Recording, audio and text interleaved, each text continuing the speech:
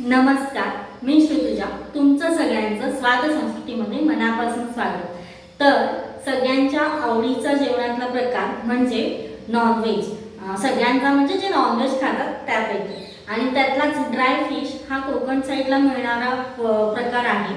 म्हणजे सुकवलेली मच्छी, कोलिम, बोंबील अशी विविध प्रकारची मच्छी त्या साईडला मिळते आणि ही सुद्धा चवीला खूप टेस्टी लागते. तर त्यातलीच आपण आज एक बनवणार आहोत कोलमाची चटणी. कोलिम किंवा जवळा असं इकडे म्हटलं जातं. आणि त्याची जी चटणी आहे ती तुम्ही भाकरीसोबत मनसोक्त खाऊ शकता, इतकी ती चवीला खूप छान लागते. चला तर मग आता बनवूया आपण कोलिमची चटणी. तर आत्ता आपण बनवतोय कोलिमची चटणी म्हणा, कोलिमची भाजी म्हणा. ही सुकी मच्छी आहे, कोकणात सर्रास मिळते. सो खूप मस्त अशी टेस्टी भाकरीसोबत ह्याची चटणी होते किंवा भाजी होते. तर आधी आपण काय करणार आहोत, एका ताटामध्ये हे मी इथे साधारण अर्धा तास हा जो सुका कोलिम आहे तो भिजवून ठेवला आहे. म्हणजे व्यवस्थित धुवून 1-2 वेळेस मग पाण्यात थोडा घालून ठेवला आहे. त्याचं कारण असं की खूप चामट असतो किंवा खूपच ड्राय असतं, तर मग ते पटकन शिजत नाही. म्हणून मग आपण थोडा वेळ त्याला पाण्यात घालून ठेवायचं. आणि दुसरं म्हणजे त्याला काही माती असेल किंवा काही असेल तर ती खाली बसून जाते. सो आता आपण हे छानपैकी अशा पद्धतीने थोडंसं पाणी त्यातलं काढून टाकूयात आणि हे एका ताटामध्ये घेणार आहोत. बघू शकता हा कोलिम असं आपण ताटात काढून घेऊया.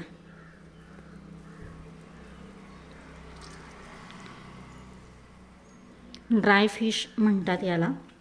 असे वेगवेगळे प्रकारचे ड्रायफिश बाजारामध्ये सहज उपलब्ध असतात. बोंबील असेल किंवा कोलिम असेल किंवा काड असेल. सो अशा पद्धतीचे वेगवेगळे ड्रायफिश कोकणात सर्रास उपलब्ध असते.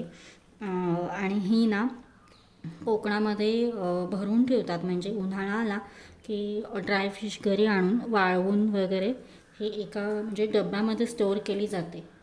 जसं आपण लोणची वगैरे घालून ठेवतो तशा पद्धतीने तिकडच्या लोकांना हे म्हणजे खूप असं भाकरीसोबत वगैरे, समजा एखादा दिवस कधी मच्छी उपलब्ध झाली नाही किंवा काहीतर हे सर्रास कोकणामध्ये घराघरात बनवलं जातं. सो खूप टेस्टी आहे. तुम्हाला जर ट्राय करायची असेल रेसिपी तर नक्की ट्राय करून बघा. सो अशा पद्धतीने आपण हा कोलिम, पाणी हे जे आहे बघा मातीचं पाणी सगळं राहून जातं याच्यामध्ये. सो आपण अशा पद्धतीने हे काढून घेतलं आहे आणि आता आपण त्याला छानपैकी फोडणी कशी द्यायची हे बघणार आहोत. तर इथे मी गॅसवरती भाकरीचा जो तवा असतो तो घेतला आहे. तुम्ही कढई किंवा पातेल्यामध्येही करू शकता, पण मला ना याच्यामध्ये करायला खूप आवडतं ते कोलिमची चटणी. कारण मला असं वाटतं की याच्यामध्ये खूप वेगळी टेस्ट येते. कारण माझी आई किंवा आजी असेल ना तर घरी सर्रास आमच्या भाकऱ्या वगैरे तयार झाल्या चुलीवरती की त्याच तव्यामध्ये छानपैकी तेल आणि हे जे काही फोडणीचं साहित्य आहे ते टाकून तो कोलिम परतायचा आणि त्याची एक वेगळीच टेस्ट असायची खाताना. सो म्हणून मी कधी पण कोलिम करताना कढईत नाही करत, जो भाकरीचा तवा आहे त्याच्यावरतीच करते. असं म्हणजे हे माझी आवड आहे. तुम्ही कढईमध्ये वगैरे सुद्धा करू शकता. सो छानपैकी आपला तवा तापलेला आहे. याच्यामध्ये आपण तेल टाकूया. गॅस थोडा बारीक करते. थोडे जास्त तेल टाकलं आहे मी. लसूण छानपैकी परतून झाला. सो लसूण परतला की तुमच्याकडे समजा कढीपत्ता असेल तर तुम्ही कढीपत्ता टाकू शकता. आत्ता माझ्याकडे नाही आहे. गावाला ह्या गोष्टी सहज उपलब्ध होतात, कढीपत्ता वगैरे. आता इथे माझ्याकडे नाही आहे. सो पण कढीपत्ता आठवणी टाका. कांदा टाकूया आपण. मी इथे साधारणतः 2 मोठे कांदे चिरून घेतलेत, कारण की कोलिममध्ये ना कांदा थोडा जास्त असेल आणि तो मस्तपैकी परतलेला असेल तर त्याला एक वेगळी छान टेस्ट येते. तर हे आपण छानपैकी परतून घेऊया.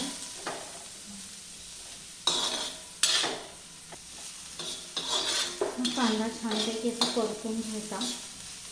कांदा बिलकुल कच्चा ठेवायचा नाही, पूर्णपणे लालसर होऊ द्यायचा आहे त्या कांद्याला. म्हणजे त्याची जी टेस्ट आहे ते, आणि याला जवळाही म्हणतात कोकणामध्ये. म्हणजे जवळा, कोलिम अशा 2 प्रकारचे नावं आहेत. अजूनही असतील, पण माझ्या ऐकण्यात तरी ही 2 नावं आहेत. सो जे कांदा एकदम छान फ्राय झाल्यानंतर त्याचं आणि जे कोलिमचं कॉम्बिनेशन आहे ना ते खूपच यम्मी लागतं, खूप भारी लागतं. ज्यांना नॉनव्हेज खायला आवडत असेल त्यांना नक्कीच ही रेसिपी खूप आवडणार आहे. सो फटाफट तुम्ही चॅनल सबस्क्राईब करा आणि बघून मला कमेंटमध्ये कळवा तुम्हाला रेसिपी कशी वाटते. करून बघा आणि करून बघितल्यावर दुसऱ्यांसोबतसुद्धा शेअर करा. आपला कांदा छानपैकी असा गुलाबी रंगाचा होतो. तर आता आपण याच्यामध्ये इथे मी आंबट कोकम घेतलेले आहेत साधारणतः 5 ते 6 बघू शकता तुम्ही. तर ते टाकणार आहोत. त्यानंतर मी एकदम छोटा टोमॅटो, त्यातला अर्धा टोमॅटो मी चिरून घेतला बारीक, तो टाकते. टोमॅटो ऑप्शनल आहे, नाही टाकला तरी चालेल, बट मला आवडतो म्हणून मी टाकला, म्हणजे छान लागते चव. परतून घेऊया छान बारीक गॅस करू. त्याच्यामध्ये आपण मस्त अशी कोथिंबीर टाकायची आणि छानपैकी कांदा, टोमॅटो आणि कोकम मस्त असं परतून घ्यायचं. आता काही जण जेवणामध्ये कोकम वापरत असतील की नाही मला आयडिया नाही आहे, पण ह्याच्यामधला जो कोकम आहे ना, म्हणजे कोलिममधला, तो खायलाच तो खूप भारी लागतो, खूप छान लागतो. तो खूप मस्तपैकी परतून झाला आपला कांदा. आत्ता आपण याच्यामध्ये आपले मसाले ॲड करणार आहोत. छोटा चमचा हळद. आता तुम्ही फोडणीमध्ये एखाद दुसरी मिरचीसुद्धा बारीक चिरून टाकू शकता, तुम्हाला आवडत असेल तर मिरचीची फोडणी पण देऊ शकता आणि मिरची आणि तिखट दोन्ही पण ॲड करू शकता. मी ते तिखट टाकते आहे. हा एक माझ्याकडे मोठा चमचा आहे, ते 2 चमचे मी छानपैकी तिखट टाकते. 2 चमचे मी तिखट टाकते कारण मला थोडंसं स्पायसी तिखट चटणी आवडते.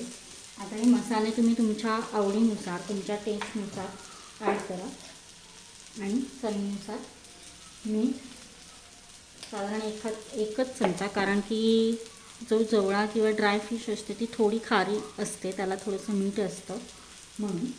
गरम मसाला एक छोटा चमचा अर्धा. छानपैकी आपण परतून घेऊया. असं छानपैकी सगळं परतल्यानंतर आपण आता याच्यामध्ये टाकूयात कोली म्हणजे जवळ.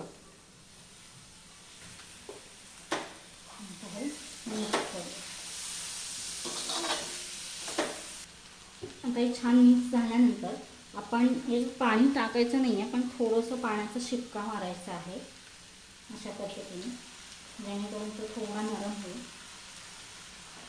नंतर परतून घ्यायचं छान. आणि हे सगळं आता आपण बारीक फ्लेम ठेवायची गॅसची, नाही तर तो परतून जाईल. तो पाण्याचा शिपका मारून परतल्यानंतर आपण त्याच्यावरती ताट ठेवणार आहोत आणि थोड्या थोड्या वेळाने असं परतून त्याला एक चांगलं 15 मिनटं मस्तपैकी फ्राय करून घेणार आहोत. हे ताट आपण याच्यावरती ठेवू. सो तो आपण छानपैकी परतूया. वाव, खूप मस्त असा वास येतो आणि आपला कोलिम तयार आहे खाण्यासाठी भाकरीसोबत.